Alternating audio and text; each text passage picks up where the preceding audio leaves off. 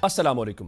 Programme तज्जिया के साथ मैं हूं उमर दराज गोंदल। कौमी असम्बली का आज इजलास था, धुआंधार तकारीर हुई और आज वजीर आजम शहबाज शरीफ के अलावा अपोजिशन लीडर महमूद खान अचकजई और उनके अलावा मौलाना फजलुर रहमान ने तकारीर की। और फिर आज पाकिस्तान पीपल्स पार्टी के चेयरमैन बिलावल भुट्टो जरदारी ने भी मुस्लिम लीग नून को ताना दिया और मुस्लिम लीग नून को ये याद दिलाया कि जहां जहां पे मुस्लिम लीग नून की हुकूमत है, यानी पंजाब के अंदर और विफाक के अंदर, वहां पर बल्दियाती इलेक्शंस नहीं हुए। और फिर उन्होंने इस हवाले से कहा कि आप लाहौर और इस्लामाबाद में मेयर लाएं तो सही, उनको आप इस हवाले से इख्तियारात दें जिसके बाद हमें पता चले कि कराची के मेयर को कौन से इख्तियारात मिलने चाहिए। मुस्लिम लीग नून के खौफ ज़दा होने की उन्होंने बात की।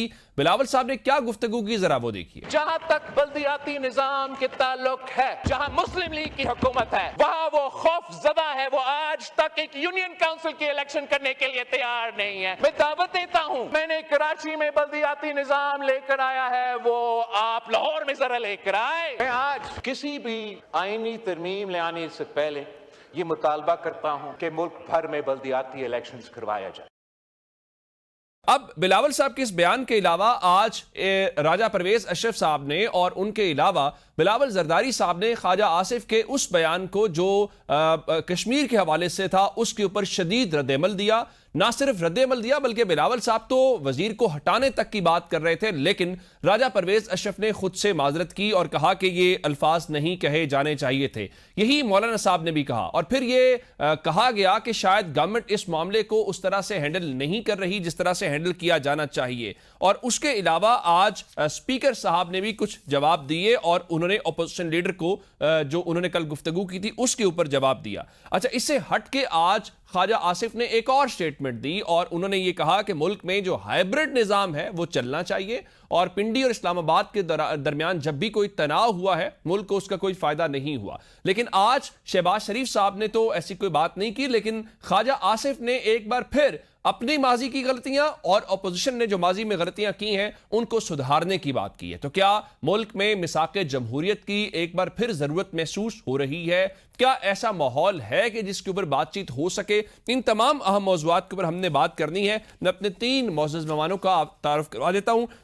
मुस्लिम लीग नून से सेनेटर नासिर भट्ट साहब ने मुझे ज्वाइन कर लिया। भट्ट साहब, आपके वक्त का बहुत शुक्रिया। पाकिस्तान पीपल्स पार्टी से कादिर मंदोखिल साहब हमारे साथ मौजूद है। मंदोखिल साहब, आपके वक्त का भी शुक्रिया। और पाकिस्तान तहरीक इंसाफ से नईम हैदर पंजोता साहब इस प्रोग्राम का हिस्सा है। पंजोता साहब, आपके वक्त का बहुत शुक्रिया। मैं जरा भट्ट साहब आपकी तरफ आना चाहता हूं। कहने को आप और पीपल्स पार्टी इत्तेहादी हैं, आप लोग क्यों इलेक्शन से डरते हैं? ये बात तो दुरुस्त है ना कि 2.5 साल हो गए आपकी गवर्नमेंट को पंजाब में, ना पंजाब में आपने बल्दियाती इलेक्शन कराए हैं ना इस्लामाबाद के अंदर करवाए हैं। वो कहते हैं कि आप आईनी तरामीम की बातें करते हैं, पहले कम से कम कोई इलेक्शन तो कराएं। आप यूनियन काउंसिल में भी इलेक्शन कराने से डर रहे हैं। बिस्मिल्लाहिर्रहमानिर्रहीम। एक तो सबसे पहले ये बात बताऊं कि हम इत्तेहादी जो है आपस में, तो अगर कोई इख्तलाफात होते हैं तो ये एक जो है कि एक दूसरे के इख्तलाफात सुन के बात करके इस चीज़ को ख़त्म किया जाता है, या फिर लीडरान जब आपस में बैठते हैं ये बात ख़त्म है। और एक और याद रखें बात कि हम जो इत्तेहादी हैं, जब इलेक्शन का टाइम आएगा तो हमने एक दूसरे के ख़िलाफ़ इलेक्शन लड़ना है जी, और यही है। लेकिन जब मुल्क में इस तरह का कोई, ये जो पहले लोग जिस तरह डिफ़ॉल्ट पे छोड़ के चले गए, तो हम सब वो लोग, वो सियासी जमातें, मैं सबको अप्रिशिएट करूँगा जो ये देख रहे थे कि मुल्क किस तरफ जा रहा है, डिफ़ॉल्ट की तरफ। ऐसे नया लोग आ गए, उनकी वजह से 2 साल में 3 साल में मुल्क की जो हालत होगी, उन्होंने अपने बयानिए साइड पे किए। मैं सब सियासी जमातों को कहूँगा जो हुकूमत में शामिल हैं, तो उन्होंने मिलकर हमने पाकिस्तान, क्योंकि पाकिस्तान पहले है तो जमातियों ने चीज़ें बाद में होती हैं, तो वो हमने वो मिल के वो चीज़ें ख़त्म की, डिफ़ॉल्ट से मुल्क से बाहर आया और आज हम जिस जगह खड़े हैं। मैं सब इत्तेहादी जमातों को मुबारकबाद दूंगा कि हमने, एक वो वक्त था कि हमें कोई फ़ोन कर ले अमेरिका से, आज माशाल्लाह इतनी सुपर ताकत अमेरिका और ईरान की जो जंग थी, थर्ड वर्ल्ड शुरू होने वाली थी, पाकिस्तान मीडिएटर बना और ये जंग रुकवाई, और जंग रुकवाने के बाद टेबल टॉक हुई और उस पर हमने कामयाबी भी हासिल की। तो बात ये है कि ये चीज़ें बिल्कुल चलती रहती हैं, लेकिन एक बात याद रखें कि जब भी इलेक्शन आएगा, और दूसरी बात, हमारे तो बल्दियाती इलेक्शन थे जब ये लोग मुसल्लत हुए थे तो इन्होंने बल्दियाती इलेक्शन ये ख़त्म कर दिए थे। ये ज़रूर है कि अब मेरा ख्याल है और 2-3 महीने बाद बल्दियाती इलेक्शन हो जाएंगे और होने चाहिए। मैं भी इस ये तो माजी की बात है ना। ये जो आप कामयाबियां गिनवा रहे हैं, बिल्कुल आपकी कामयाबियां हैं, उस पर अप्रिशिएट किया जाना चाहिए, लेकिन ये तो आपके फायदे के लिए चीजें हैं। अब 2.5 साल से आपकी हुकूमत है, पिछले 2.5 साल का हिसाब भी तहरीक इंसाफ से लेंगे। उससे पहले 1 साल निगरान हुकूमत रही, 3.5 साल बनता है ये टेन्योर जिस दौरान बल्दियाती इंतखाबात नहीं हुए। ये ताने आपको आपके इत्तेहादी दे रहे हैं, ऑपोजिशन नहीं दे रही। देखें, मैं यही कहने लगा हूँ कि जब हमारा वक्त था उस वक्त बल्दियाती इलेक्शन हो चुके थे और उन्होंने आते ही बल्दियाती इलेक्शन ख़त्म कर दिए और वो ऐसे हालात पैदा कर दिए कि कोशिश भी की गई। अब मैं बताऊं कि अब इंशाल्लाह मैं आपसे ये मेरा ख्याल है और 3 महीने 4 महीने लगेंगे, बल्दियाती इलेक्शन हो जाएंगे। होना है रूट्स तक, ये जो चीज़ मसाइल होते हैं वो बल्दियाती इलेक्शन में हल होते हैं और हमें पता भी चलेगा इंशाल्लाह ताला कि जब हम बल्दियाती इलेक्शन कराएंगे तो लोग हमें वोट देंगे हमारे कामों पे। और आप बिल्कुल इस पे यकीन रखें कि बल्दियाती इलेक्शन हम कराएंगे। बिल्कुल, आप कह रहे हैं कि 3 से 4 महीने के अंदर बल्दियाती इलेक्शन की तवक्को रखनी चाहिए। अब जो बात व्हाट्सअप कर रहे हैं कि इतनी कामयाबियां उन्होंने हासिल की हैं, जाहिर है अब तो उनके लिए ग्राउंड है कि वो लोगों के पास जाएं, अपनी कारकर्दगी उनके सामने रखें, सिफारती कामयाबियां बताएं, उस पर वोट लें। आप लोग उन पे क्यों इल्जाम लगा रहे हैं कि वो कोई खौफजदा है, वो यूनियन काउंसिल का इलेक्शन जो है वो नहीं लड़ सकते? ये बात पीटीआई करे तो समझ आती है, जो उनके मुखालिफ हैं। आप लोग तो इत्तेहादी हैं, उसके बावजूद आप मुस्लिम लीग नून के इलेक्शन लड़ने की सलाहियत पर आप लोग सवाल उठाते हैं, जहां आप खुद उनको वोट देते हैं। पंजाब में भी तो आप इत्तेहादी हैं, जहां पर बात कर रहे थे, इस्लामाबाद में भी आप इत्तेहादी हैं। देखिए गोंदल साहब, पहले तो आप अपना तारीख भी दुरुस्त करें। 2.5 साल मौजूदा हुकूमत के पंजाब में मुस्लिम लीग नून के, 9 महीने साल निगरान का, ये हो गए 3.5 साल, और 2.5 साल पिछले पीडीएम हुकूमत के, वो नहीं शुमार करना है आपने। और ये हो गए 6 साल। ठीक है, 2.5 साल और 2.5 से 6 साल हो गए। अब 6 साल में उन्होंने जो ना वो कराची पे तो कीचड़ उछालते हैं, कराची के बारे में तो ये गलत साफ करते हैं, लेकिन कराची को टक्कर देने को तैयार नहीं है। शहबाज शरीफ साहब दौड़े दौड़े आते हैं कराची से इलेक्शन लड़ने के लिए, मगर मजाल है कि कराची को 1 रुपए दे। इस साल भी K4 मंसूबे को 10 अरब दे रहे, पिछले साल 3 अरब। ग्रीन लाइन पिछले 7 साल से इल्तवा का शिकार है। K5 मंसूबा मैंने बनाया था, मेरे शहबाज साहब का हल्का एक है मकबर खास का, वो 50 अरब का हमने मंसूबा बनाया था। एंड टाइम पे शहबाज शरीफ साहब ने इनकार कर दिया, पैसे नहीं है। चलो एक अलग डिबेट है। अब दूसरी बात ये कि ये जो कराची में मुखबरों का टोला है, मुखबर को मूवमेंट, ये वजीर सियाहत वहां गए, पंजाब से करारदाद पास कराए। इस अक्लमंद आदमी को ये नहीं पता कि जिस सूबे में 6 साल से इलेक्शन नहीं हो रहे, वहां वो करारदाद पास कर रहे हैं कि आर्टिकल 140 के ऊपर जो है ना अमल दरामद कर ले। हम ये कहते हैं जो आज बिलावल भुट्टो साहब ने कहा है, क्योंकि राना सनाउल्लाह ने आज शरारत की है, क्योंकि ये भी एक अनोखा एक है कि एक वज़ीर आज़म का एडवाइजर और वो कौमी असम्बली में सियासी तकरीर भी करता है। चलो ठीक है भाई, कानून है, जिस तरह मोड़ो। वो उन्होंने हमें एमक्यूएम से लड़ाने की आज जो बयान दिए, और फिर बिलावल साहब ने कहा कि एमक्यूएम को तो खुद इस्तीफा देना चाहिए क्योंकि लॉलीपॉप दे रहे। और दूसरी बात, राना सनाउल्लाह को ये बताया कि आप अपनी सूबे में और इस्लामाबाद में तो पिछले 6 साल से इलेक्शन नहीं करा रहे। अच्छा, वैसे मंदोकिल साहब, आपको क्या समझ आती है, आपकी पीपल्स पार्टी की क्या रीडिंग है? यानी पंजाब में जहां मुस्लिम लीग नून की, अब आप खुद कह रहे हैं कि पीडीएम वाला टाइम भी है, फिर निगरान, फिर अभी वाले 2.5 साल हो गया, क्या वजह मुस्लिम लीग नून क्यों नहीं इलेक्शन में जाती? ये सवाल तो मुस्लिम लीग नून से कह रहे हैं कि आप सीसीडी के जरिए कत्ल गारत करके आप ये कहेंगे अमन ओमान पे हमने काबू पा लिए, मगर यही सीसीडी आवाम के खिलाफ इस्तेमाल करेंगे तो कहां से देंगे वोट उनको? और अगर वो इतनी दावेदार है, इतनी अच्छे काम किए, मरियम नवाज साहिबा ने 11 अरब का जहाज चला के पूरा हर जिले में जाती है, तो फिर ये इलेक्शन करा ले और जीत जाए, क्या मसला है? पीपल्स पार्टी तो बकौल आपकी और बाकी के हम जनूबी पंजाब तक है, लेकिन फिर इस्लामाबाद में क्यों कानून जो बना रहा है? गोंदल साहब, आपको ये भी बता दूं, जो अभी तक इनका कानून ज़ेर गौर या बना रहे, वो लाहौर को 14 टुकड़ों में तकसीम करके 14 टाउन बना के मेयर कोई नहीं होगा मरियम नवाज के अंडर। इस्लामाबाद को 3 टुकड़ों में तकसीम करके 3 मेयर होंगे और साथ में 6 डिप्टी मेयर होंगे, ताकि खरीद फरोख्त के लिए आसानी हो, बार्गेनिंग के लिए। लेकिन चलो यही करा लो, वो भी नहीं कर रहे सर। तो सवाल ये कि आज असेंबली में जो डिबेट हुए वो इसी बात पे हुई है आप ये कह दें कि कराची में या सिंध में जो बलदियाती निजाम है वो बेकार है, लेकिन आप अपना तो बना लें, उसका कोई मुतबादल भी तो लेकर आए। बिलावल साहब की बात वैलिड थी कि हमें फिर बताया जाए कि क्या हम इख्तियार दें। पंजोता साहब, ये मौजूदा जो निज़ाम है जिसके हवाले से खुद ख्वाजा आसिफ हाइब्रिड निज़ाम कहते हैं, आज भी वो कह रहे थे निज़ाम चलना चाहिए, बट साहब भी कामयाबी अपनी गिनवा रहे हैं। बिल्कुल जो कामयाबी गवर्नमेंट की है वो कामयाबी उनकी है, इसमें कोई दूसरी राय नहीं है। लेकिन ये क्या वजह है, कभी आप मुस्लिम लीग नून को इलेक्शन के नाम पे छेड़ देते हैं, आज वही उनके इत्तेहादी पीपल्स पार्टी वाले कर रहे हैं। क्या पंजाब में इस वक्त तो वो कहते हैं कि हम डिलीवर कर रहे हैं, सबसे बेहतरीन गवर्नमेंट पंजाब की है और मरियम साहिबा के मुकाबले में कोई शख्स सीएम नहीं, सुपर सीएम का लफ्ज इस्तेमाल किया जाता है। तो पंजाब में इलेक्शन अभी भी करवाना मुस्लिम लीग नून के लिए मुश्किल है या कोई इंतजामी मसला है जिसकी वजह से शायद ये चीज नहीं हो पा रही? बहुत शुक्रिया, बड़ी नवाजिश आपने मौका दिया। उमर दराज साहब, बात यह है कि ये जो मर्जी इलेक्शन करवा लें, चाहे बलदियाती इलेक्शन हो या जनरल इलेक्शन हो, आप देखेंगे कि वोट जो है इमरान खान का इंशाअल्लाह ताला निकलेगा। पहले भी 8 फरवरी को निकला। अच्छा। इसी डर से, इसी खौफ की वजह से ये आज बलदियाती इलेक्शन से भागते हैं कि अवाम ने वोट ही नहीं देना।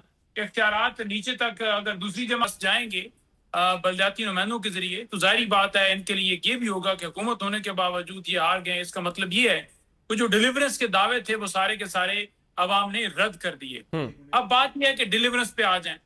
मुझे कोई एक महकमा दिखा दें जिस पर इन्होंने बड़ा बेहतरीन काम किया और साफ सुथरा, जो दिल के करीब मंसूबा था। 1 अरब की करप्शन सिर्फ फैसलाबाद के अंदर आई है, 1 अरब, ठीक है, वो इनके दिल के करीब था। उसके अलावा आप देख लें कि सीसीडी इन्होंने बनाया जी कि हम क्राइम को कंट्रोल करेंगे, यानी अदालतों से हट के इन्होंने एक ऐसा डिपार्टमेंट बनाया जो खुद मौके पे फैसला करेगा कि बंदा चोर है या नहीं है। उसकी मर्जी क्या है, उसने फायर मार के उसे मार देना है, ठीक है। मावराए अदालत 2200 के करीब इस वक्त कत्ल हो चुके हैं। जहां सियासी आ जाए तलक की नून लीग से तलक है, उसे छोड़ भी दिया जाता है। जहां इन्हें पता हो कि दूसरी जमात का चल जान दो। नहीं, ये आप इल्जाम लगा रहे हैं कि इस बुनियाद पे फैसला करते हैं या आपके पास कोई एविडेंस भी है? जी मेरे पास एविडेंस बिल्कुल है जी। शाहपुर के अंदर वाकया हुआ, उन्होंने जो है वो पीटीआई का उसके साथ अलग था। मैंने खुद भी उसके अंदर SHO साहब को भी रिक्वेस्ट की, मैंने कहा जी आप उसे अदालत में पेश करें जो भी उसका गुनाह है। पता था उनको कि हमने गलत बिठाया हुआ है, उसके बावजूद एक बकुआ बना के उसे मार दिया गया।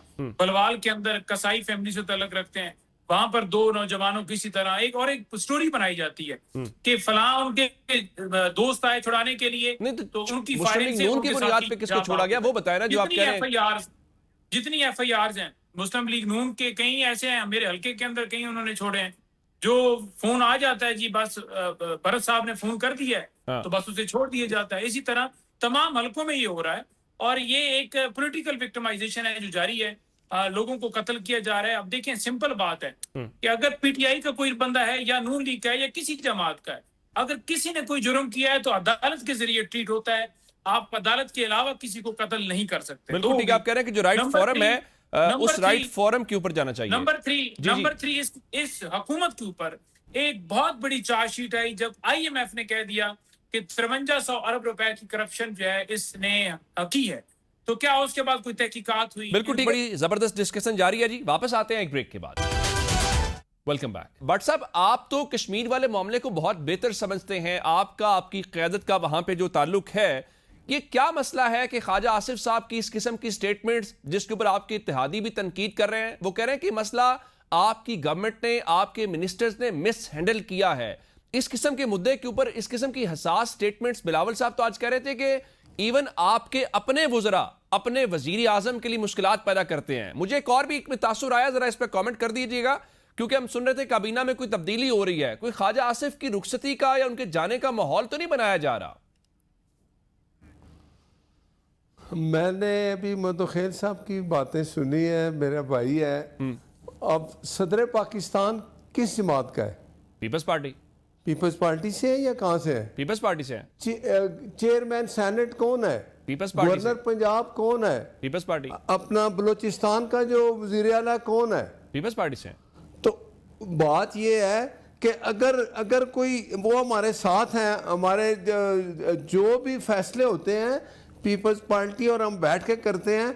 अगर सदारत चली जाए, चेयरमैन सेनेट चला जाए, गवर्नर चला जाए, तो मेरा ख्याल है फिर तो हुकूमत नहीं चल सकती। अगर ये बातें ही करनी है, आप दूसरे लफ्जों में कह रहे हैं कि ठीक है आप हमें पसंद नहीं करते तो इस्तीफे दें। नहीं, मैंने अब इनको समझ है मैं क्या कह रहा हूँ। समझ तो यही रहे हैं हर आप, वक्त उनको ये यही कह बात रहे हैं, इशारतन करना- यही कह रहे हैं कि जाएं फिर इस्तीफा दें, अपोजिशन बेंचेस नहीं, पे बैठे। मैं उनको ये समझा रहा हूँ कि सदर के साइंस से हर चीज होती है ना। वो जो पानी का मसला भी आया था, बात ये है कि आप सियासत करते रहें, जिस तरह वो ट्रम्प करता है जी कि मैं हार तो गया हूँ लेकिन मैं नहीं छोड़ूंगा उसको, ईरान को। हाँ। साइन भी कर दिए, बैठ भी गए, टेबल टॉक भी हो गई, सारी बात हो गई। तो बात ये है कि एक असेंबली का फोरम है ना, उस पर बात करने का हक सबको है। अपोजिशन भी जो है ना वो आपके सामने जिस किस्म की हमें मिली है, हम जब इलेक्शन होंगे ना, हाँ। जो समझता है कि मैं ज्यादा वोट ले लूंगा या मैं पंजाब में आके जीत जाऊंगा, वो आके जीते, फिर अपनी मर्जी के तरीकेकार इख्तियार आप करें। इलेक्शन बात करवाएंगे यह है तो कि जीतेगा जो ना। निजाम कर होंगे, इलेक्शन हुए हैं ना, इलेक्शन हुए हैं, इसके बाद देखें कौमी असेंबली के इलेक्शन हुए ना, सूबाई असेंबली के इलेक्शन हुए, इलेक्शन कमीशन ने जिन जिनको नोटिफिकेशन इशू किया वो जीत गए।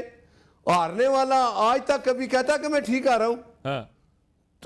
2018 में जो इलेक्शन हुए, मुझे बताएं, हमने सवाल किए, सब ने किए। वो जब उस वक्त ज़राअत वाले आ जाते थे, सब कुछ किया, जहाज़ों में भर भर के लोग आए। हम आज तक कहते हैं कि वो साकब निसार और आसफ सईद खोसा ऐसे जज थे। वो ये जो था अपना जो जेल में चला गया है फैज़ हमीद या दूसरे लोग, अपने अंजाम को पहुंच रहे हैं।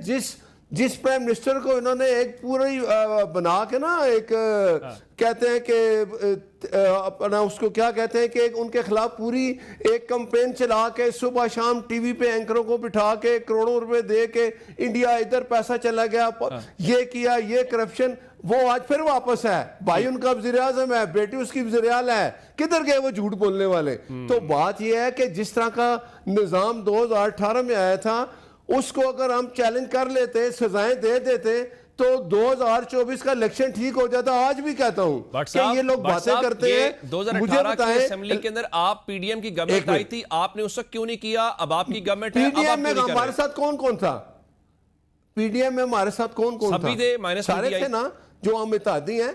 मेरी एक सुने बात, अभी मैं एक बात करने लगा हूं कि इलेक्शन कहते हैं ठीक नहीं होता। इलेक्शन हर दफा कहते हैं जी पसंद नहीं है हमें, ये हारने वाला कहता है जी मैं तो जीता हुआ था। 1 साल 2 साल से ज्यादा हो गया, इलेक्शन कमीशन नया आना है, अपोजिशन ने बैठ के बात करनी है। मैं मंदोखिल साहब की तरफ जाने से पहले एक सादा सा सवाल, भट्ट साहब, एक सादा सा सवाल। काबिल नहीं है ये भट्ट साहब, इल्जामात लगाते हैं, खुद 190 मिलियन भट्ट साहब एक अंदर सादा बैठे सा हुए हैं। सवाल, फिर मैं मंदोखिल साहब की तरफ चोरी जाऊंगा। में। आप 2018 और 24 के इलेक्शन की बात कर रहे हैं, कल वजीर आजम साहब ने ये बात की। 2018 का इलेक्शन ज्यादा शफाफ था या 2024 का इलेक्शन ज्यादा शफाफ है? मुझे सिर्फ इतना बताएं कि 2018 में जब हम कहते रहे कि ये लोग जहाजों में, याद है ना, भर भर के लाते थे, बिल्कुल हमारे ठीक कह रहे बंदों को उठा के ले जाते थे, इलेक्शन नहीं लड़ेंगे, आरटीएस बंद किया था, क्या वो इलेक्शन ठीक था? नहीं, मैं आपसे पूछ रहा हूं 2018 का इलेक्शन ज्यादा शफाफ था कि 2024 का इलेक्शन ज्यादा शफाफ था? मुसल्लत नहीं हुआ। अगर वो हालात, फिर उसके बाद 24 की भी बात कर लेंगे, 18 का फैसला कर ले। नहीं, वो ठीक है, आप सही कह रहे होंगे। मैं कह रहा हूं 2018 का इलेक्शन ज्यादा शफाफ था या 2024 का इलेक्शन ज्यादा शफाफ था? मैंने सिर्फ इतनी बात की है कि 2018 में ये जो कुछ किया गया, एक शख्स को मुसल्लत किया गया, और जिसका सबूत ये है कि पाकिस्तान किस हालत में चला गया। बिल्कुल ठीक है, बिल्कुल ठीक है। आप कह रहे हैं कि 2018 का हिसाब पहले हो जाए, फिर 2024 का हिसाब भी हो जाएगा। मंदोखिल साहब, आपने भट्ट साहब की गुफ्तगू सुनी है, कर लेते हैं। भट्ट साहब की गुफ्तगू सुनी है। उनका ये नहीं हो सकता कि जनाब आप सदारत भी लें, आप चेयरमैन सेनेट भी हूं, गवर्नरियां भी हूं, वजीर आला भी आप कहीं कहीं हूं, फिर इन फैसलों का बोझ आपके पे भी है, आप इन फैसलों में शामिल है। ये नहीं हो सकता कि वो आप गुड कॉप और बैड कॉप खेलें, फिर इन फैसलों की ओनरशिप आप लें, आप इसका हिस्सा हैं। देखिए, पहले तो आप सीनियर एंकर हो, मुझसे ज्यादा आपको मालूम है हुकूमत का मतलब है काबीना, वज़ीर आज़म, ये बाकी आईनी ओहदे हैं, इनके कोई इख्तियारात नहीं होते। तो आप छोड़ दें आईनी ओहदे, कम से कम इत्माम हुज्जत करिए। भट्ट साहब जैसे लोग आपको तो कम से कम ये बातें तो ना करें। देखिए मुस्कुरा रहे हैं वो इस बात के ऊपर। आप मुझे बोलने देंगे तो मैं जवाब दूंगा। जी बोले। आप मुझे एक बात बता दे कि हमने पीटीआई को ऑफर किए, पीटीआई ने हमारा ऑफर टुकरा दिए। इनको सपोर्ट करने के अलावा हमारे पास ऑप्शन कौन था? या तो असेंबली खत्म करते, हुकूमत ही नहीं बनते।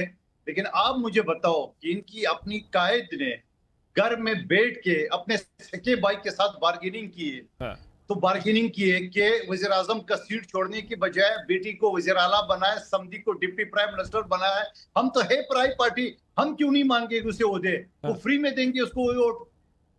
घर के अंदर जब बार्गेनिंग किए, ब्लैकमेलिंग किए उन्हें, तो हम तो है पराई पार्टी। दूसरी बात ये कि अभी आप कश्मीर का इलेक्शन देख लें, पहले तो धांधली की ड्रामा मचाया, शहबाज राजा को वहां चीफ इलेक्शन कमिश्नर बना के, फिर ये कातिल पुलिस को वहां भेजा, वहां पे लोगों को हरासा करने के लिए। वो तो गिलगित के लोग गैरतमंद है, उन्होंने बोला खबरदार किसी इंसान को हाथ लगाए, चेरी खाना है तो चेरी खाओ, दफा हो जो यहाँ से।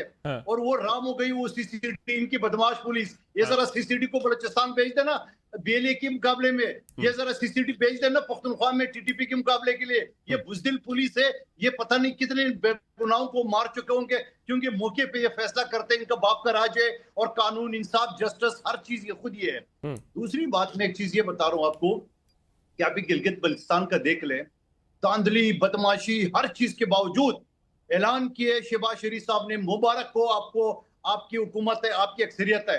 उनका सूबाई सदर, वो गिलगित का सदर हाफिजुर रहमान साहब कहता है नहीं जी मेरा सदर जो है ना नवाज शरीफ है, शहबाज शरीफ नहीं है। वो कौन होता है बात करते हुए? ये मीडिया पे कहे होते हैं, और हमारी अक्सरियत है। उन्होंने वहां धांधली की कोशिश की तो बिलावल भुट्टो साहब ने जो है ना वो एहतजाज किया, असेंबली के इजलास का बाइकाट किया, तब जाके मोहसिन नकवी आया। मदोखिल साहब आपकी बातें अपनी जगह पे, आपका मदोखिल साहब मैं एक चीज आपके सामने थोड़ी क्लैरिटी चाह रहा हूं। देखिए जो आप बातें कर रहे हैं वो जाहिर आपका अपना मौकिफ, आपकी पार्टी, आपका पूरा हक है, लेकिन जो व्हाट्सएप बात कर रहे हैं ना, देखिए जिस जीबी इलेक्शन की बात करें वहां पे भी आप और मुस्लिम लीग नून ने ओहदे बांट लिए, यहां पर भी वो ये बात करते हैं कि आप ओहदे भी लेते हैं लेकिन जिम्मेदारी नहीं लेते आप। एक आदमी से पूछा कि तुम्हारा नाम क्या है, उसने बोला खुदा, उसने बोला तोबा तोबा तोबा, उसने बोला यार दाद तक तो छोड़ो, मेरा नाम खुदादाद है। मैं जीबी के ड्रामा बता रहा था आपका कि इन्होंने पहले धांधली कोशिश की, फिर कातिल पुलिस को जरिए लोगों को हरासा करने की कोशिश की, फिर शहबाज राजा जो चीफ इलेक्शन उसके जरिए अपनी मुल्क के अंदर, उसकी बाप का रियासत था, उसने अपनी मुल्क से एनओसी मांगा, बाकी सियासीदानों से, पीटीआई से, वो भी आधे छोड़े आधे नहीं छोड़े। मगर उसके बाद भी उन्होंने वो 4 आजाद सीटें जो ना वो आईपीपी की झोली में डाल देता कि पीपल्स पार्टी न ज्वाइन करे। मुझे पाकिस्तान की तारीख का सियासत बता दे, अगर आपको सियासत का पता है, कि जब भी आजाद उम्मीदवार होता है वो मार्क्सवादी पार्टी ज्वाइन करता है, सही वो कह रहे हैं। जाके 25वीं नंबर पे पार्टी ज्वाइन नहीं करते। सुन लो आगे जुमला, 25वीं पार्टी नहीं ज्वाइन करता है। और फिर उसके बाद इनका हालत देख ले, पाकिस्तान की सियासत का एक नया रुख उन्होंने बना दिया है कि वजीर आला को भी सपोर्ट किए, अपोजिशन लीडर का सीट अच्छा, भी ले अगर लिए, आप मुझे मदोखिल साहब मैं एक सादा सा मैं पंजोता साहब की तरफ जाने से पहले एक सादा सा सवाल इस इक्वेशन को हल कर लेते हैं। अगर आप विफाक के अंदर पीपल्स पार्टी ऑपोजिशन बेंचेस के ऊपर बैठ जाए तो क्या नून लीग की गवर्नमेंट कोई गिर जाएगी इस वक्त? देखिए मैं बताऊं आपको, हम मरगिज ऐसा नहीं करेंगे जैसे उन्होंने मुनाफिकत की है कि एक तरफ से जीबी मियां में ओढ़ती है और दूसरी तरफ पोजीशन का किरदार यानी लीडर का ओदल ही है। आपके पाकिस्तान की सियासत में ऐसा अनोखा कुछ यही बात वो विफाक में आपके लिए करते हैं। अरे मेरे भाई खुदा का वास्ता रिकॉर्डिंग करो, फिर भी आपको जल्दी है, काट देना बाद में जो आपने काटना है, मेरी सारी गुफ्तगू अपना टाइम पूरा कर ले। मैं एक चीज ये आपको बता रहा था कि ये इन्होंने जो ड्रामा मचाया है, ये सियासत का जब नया रुख दे दिया उन्होंने, इसके साथ साथ मैं ये कहना चाह रहा हूँ कि हम ये कर सकते थे लेकिन हमने नहीं किया है। आप देख रहे हैं कि अगर इस वक्त कौमी असम्बली में, सेनेट में तो हम ही अक्सरियत में, कौमी असम्बली में मुस्लिम लीग नून के बाद सबसे बड़ी तादाद हमारी है। पीटीआई वाले तो आजाद है ना, क्योंकि पार्टी नहीं है, तो अपोजिशन लीडर तो हम बड़ी आसानी से ले सकते हैं वहां पे, लेकिन हमने नहीं लिया है। लेकिन साथ साथ आप एक चीज भूल रहे हो कि आज जो ख्वाजा आसिफ ने जिस तरह रावला कोर्ट को कश्मीर का हिस्सा न मानने के ये कश्मीर का से गद्दारी किए, ऐसा शख्स को तो मैं कहता हूँ वजीर दिफा तो एक ताकतवर आदमी का वो काम है, को बुज़दिल को वजीर दिफा नहीं बनना चाहिए। इसको तो फौरी तौर पे इसके खिलाफ जो ना एक्शन लेना चाहिए, काबीना से अलग करना चाहिए। और फिर मैं ये कहना चाह रहा हूँ कि इस शख्स ने आज कश्मीरियों से गद्दारी की है, जो असेंबली के फ्लोर पे उसने कहा कि रावला कोर्ट कश्मीर का हिस्सा नहीं है, तो बता दे कि वो हिंदुस्तान का हिस्सा है, चाइना का है। बिल्कुल ठीक है, आप कह रहे हैं कि यही आपकी लीडरशिप का भी आज असेंबली के अंदर मौकिफ था। यहां से कंटिन्यू करते हैं, जरा मुझे ब्रेक का कहा जा रहा है। Welcome back. पंजोता साहब मुझे ये बताइए कि ख्वाजा आसिफ साहब जहां बहुत सारी बातें कर रहे थे, उसके बीच में उन्होंने ये भी कहा, वो आपकी लीडरशिप के माजी के हवाले देते थे, वो कुर्सी पर किस तरह बैठते थे। उन्होंने कहा आए आप भी अपनी माजी की गलतियां ठीक करें, हम भी माजी की गलतियां ठीक करते हैं। यही प्राइम मिनिस्टर साहब फ्लोर ऑफ द हाउस के ऊपर मिसाक जमहूरियत की बात करते रहे हैं। तो चलें, आपसे भी तो गलतियां हुई, आप भी माने, बैठे भट्ट साहब के साथ, मंदोखेल साहब के साथ, यानी पार्टी के साथ, और बैठ के कम से कम एक नए अकॉर्ड की तरफ बढ़े, नई टर्म्स एंड कंडीशंस के ऊपर, जिसमें इलेक्शन कमीशन की बात है, रिफॉर्म्स की बात है, ताकि पाकिस्तान आगे बढ़े। देखिए, इनकी बातें जो है ना जी उमर साहब, जुबानी कलामी है, प्रैक्टिकल नहीं है। अगर वो ख्वाजा साहब ये समझते हैं कि मिसाके जमहूरियत हो, आइन हो, कानून हो, तो अमल करें ना। अमल करेंगे तो सीट भी जाएगी, हुकूमत भी जाएगी, वजीर आजम इमरान खान होगा, क्योंकि अवाम ने उसको मुंतखब किया और झूठे मुकदमात में उसे जेल में डाला। खाली लफ्जी गोलाबारी से, लफ्जी बयानबाजी से उससे क्या फायदा? ये क्या गेन करना चाहते हैं? यानी हुकूमत आपके हवाले कर दें। वो दौर नहीं है, सन 1920 का दौर है, जहाँ जो है वो इलेक्ट्रॉनिक मीडिया नहीं है, सोशल मीडिया नहीं है, लोगों तक आवाज नहीं जाएगी, उनकी असलियत नहीं जाएगी, उनका किरदार नहीं जाएगा। रेहाना डार से आप हजारों की लीड से हारे हुए शख्स हैं और यहाँ खड़े होकर जमहूरियत के लेक्चर दें। सबसे पहले उसको उसकी सीट दें। डॉक्टर यास्मीन राशिद को झूठे मुकदमात में जेल में डाला, 280 साल सजा उसे दे दी, बाकी रहनुमाओं को दे दी, किसी को 260 साल दे दी, उनको रिहा करें। मेरे ऊपर 23 मुकदमात हैं दहशतगर्दी के। तो पहले डेफिनेशन क्लियर करें कि असल दहशतगर्द हैं कौन? क्या वो दहशतगर्द हैं जो दहशतगर्दी करते हैं, या वो दहशतगर्द हैं जो पाकिस्तान के अंदर आइन और कानून की सरबुलंदी की बात करते हैं? आज पीटीआई के किसी रहनुमा ने रावला कोर्ट के बारे में ये बात की होती ना, तो अब तक कह चुके होते कि आपको हम कहते थे कि ये इराक एजेंट हैं, इनके तल्लकात हैं। अब वो साड़ियां, अम्बू वाली पेटियां, वो सारे मामलात, वो मोदी का बगैर वीजे के पाकिस्तान आना, वो सारी चीजें, वो सारी की सारी अब जो है इनको नहीं याद आ रही। वो सारी के ऊपर मट्टी डाल के ये कह रहे हैं जी कि रावला कोर्ट ऐसे ही नहीं है, तो लगाए ना इन पे आर्टिकल 6। इन पे तो आर्टिकल 6 बनता है। अच्छा। दूसरी ये चीज है कि देखें, ये दो जमातें आपस में अभी भी बहस कर रही हैं। फ्लोर ऑफ दाउस, दोनों भाई हैं मेरे, हमारे रोज प्रोग्राम के अंदर गुफ्तगू करते हैं, अपनी अपनी जमात का मौका करते हैं। लेकिन बात यह है कि इलेक्शन के टाइम के ऊपर आपको एक दूसरे को चोर चोर आप कहते हैं, फलाना चोर, फलाना चोर, फलाना चोर। इलेक्शन जो ही होता जाता है फिर आप आपस में बैठ जाते हैं।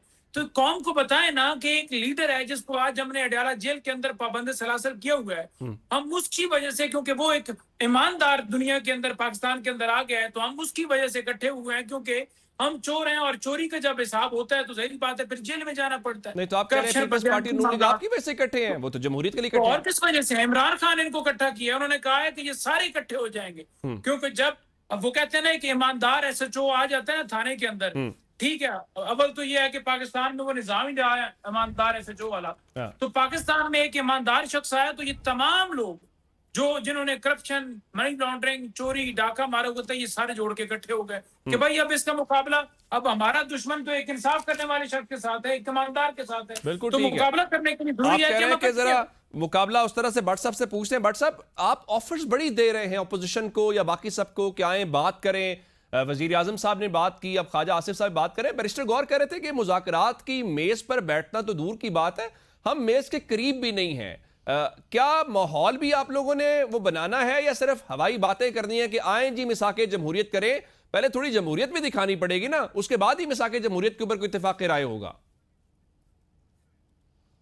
देखिए, अब मैं पहले मेरे ख्याल है पंजोता साहब की बात को जो ईमानदार इन्होंने निकाला है ना, ईमानदार, ये कहते हैं हम इकट्ठे हो गए हैं। मिसाके जमहूरियत में ये भी शख्स था, इसने भी साइन किए थे, क्योंकि उस वक्त ये अकेला घूमता था, इसको कोई पूछ नहीं रहा था। फिर ये जाके एस्टेब्लिशमेंट की गोद में बैठा, जाके फैज़ हमीद ने इसके लिए जो कुछ किया, बाजवे ने किया, वो आपके सामने है। तो बात यह है कि जो आपको ऐसा शख्स मिले जिसको पाकिस्तान के परवाह ना हो, सिर्फ अपनी सीट हो, इनका एक है, मैंने लेडीज कहती है इमरान नहीं तो पाकिस्तान नहीं, अल्लाह माफ करे, ये अपने अंजाम को चले गए। पाकिस्तान माशाल्लाह बड़ा आगे चला गया और ये इस हालत में ये ईमानदार है। 190 मिलियन आया है, ये अली बाबा 40 चोर, वो जो मलक रियाज था जिसकी वो रकम पकड़ी गई लंदन में, तो वो यूके की हुकूमत ने इनको कहा कि वो अकाउंट नंबर दे दें, पाकिस्तान का अकाउंट नंबर, क्योंकि पाकिस्तानी अवाम का पैसा था। इन लोगों ने क्या किया वो आपके सामने है। उस चक्कर में चोरी में बंद है अंदर, 190 मिलियन की चोरी में वो फर्क होगी इनकी। ये लोग दोनों हाथों से लूटते रहे 3 साल पाकिस्तान को। हमने मिल के इसको जमहूरी तरीके से इसके खिलाफ वोट ऑफ नो कॉन्फिडेंस लाके इसको उठाया, इसको तकलीफ हो गई। इसने कहा मैं क्या करूं, मेरे किधर गए वो बुलाएं। फिर ये उन्हीं को गालियां देता रहा जो इसको लेके आए। और दूसरी बात है मेरे मंदोखेल भाई, अगर आपने गिलगित बल्तिस्तान में तो मियां शहबाज शरीफ साहब ने कह दिया मुबारक हो, आप हुकूमत बना लें, तो और हम क्या करते? आपके खिलाफ अगर आपके साथ वो 4 आज़ाद लोग नहीं मिले तो ये हमने तो आपको नहीं देने थे, आप खुद उसमें ले आते। लेकिन अब ये बात है कि अगर गिलगित बल्तिस्तान में आपने अक्सरियत ली है या नहीं ली, या सीटें थी, क्या था, पीएम साहब ने पहले आपको कह दिया कि आपको मुबारक हो, आप हुकूमत बनाए।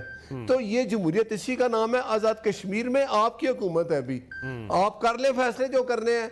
जरा रद्द-ए-अमल ले ले मंदो खिल साहब से, पंजोता साहब से। नहीं, मैं बाद में ले रद्द-ए-अमल।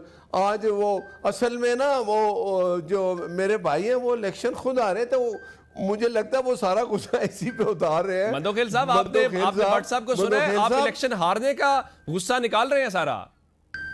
कोई बात नहीं होता है, वो जमहूरियत इसी का नाम है कि एक की बात सुनो फिर उसको सेटिस्फाइड कर दो। हमने एक बात बता दूं, ये पूरा 5 साल इसी तरह गुजरेंगे, हम यही तादी होंगे, इंशाल्लाह अच्छे काम करेंगे और हम साथ चलेंगे। बिल भी कहते हैं ना कि अभी लोग कुछ कह रहे थे कुछ दिन पहले कि जी बजट पास नहीं होगा, बजट भी पास होगा, बाकी काम भी होंगे। बिल्कुल ठीक, आप कह रहे हैं कि अगर ये सब चलेगा। जरा मंदो खिल साहब आप अपनी राय दे दें इसके ऊपर जो भट्ट साहब ने कहा है। देखिए भट्ट साहब, फैसल वाडा साहब जिंदा है, अल्लाह उसको ऐती दे, आज जाके उसको फोन कर ले। उसने मुझे इलेक्शन से 2 महीने पहले बताया कि ये सीट आपको नहीं मिल सकती, ये मुखबर खास मुस्तफा कमाल को दे दी गई है। मुखबर खास मैं कह रहा हूँ, मुस्तफा कमाल को दे दी गई है। उसके बाद फिर इलेक्शन से पहले मैंने डिप्टी कमिश्नर की मीटिंग में कहा, मैंने कहा ये ड्रामा बंद कर ले, ये सारे मुखबर फिरते हैं, फैसल वाडा कहता है सीट उनको दे दी गई है। तो भैया उनके 3800 वोट थे, मेरे 42000 वोट थे। मेरे केस आज भी सुल्तान राजा के अदालत में जो है ना पेंडिंग पड़ा है, ना हाँ कर रहे ना कर रहे हैं। और ये सारी चीजें पूरे कराची की आवाम अच्छी तरफ वो है कि ये फॉर्म 47 के फर्क जमीन आसमान का। बाकी चीजें जो आप कह रहे कि हम इसी तरह रहेंगे, देखिए हम तो कहते हैं कि हम ही तो अपोजिशन कर रहे हैं, यानी पीटीआई को तो इमरान खान के अलावा कोई वो नहीं है। पहले कहते थे इमरान खान कहती है आप गवर्नमेंट कर रहे हैं, आप खुद कहते हैं हम अपोजिशन कर रहे हैं। देखिए सुन ले जवाब पूरे सुन ले, मैं बीच में मुआ हो जाता हूँ उसमें। मैं ये कह रहा हूँ कि आप देख रहे हैं इस वक्त असेंबली में अपोजिशन कर ही रहे हम, यानी जो बजट के ऊपर तजावीज थी, बेनजीर इनकम सपोर्ट की, मुलाजमीन की तनख्वाहों की, महंगाई की, सारी चीजों पे हम ही बोले। और पार्टी जो अपोजिशन में है वो तो नहीं बोली है। और फिर एक आखिरी बात, मेरे भाई छोटे भाई है अपना पंजोता साहब की खिदमत प्यार करो, ये वकील है और मुझे आपसे ज्यादा जो है ना यास्मीन राशिद साहब के लिए हमदर्दी है।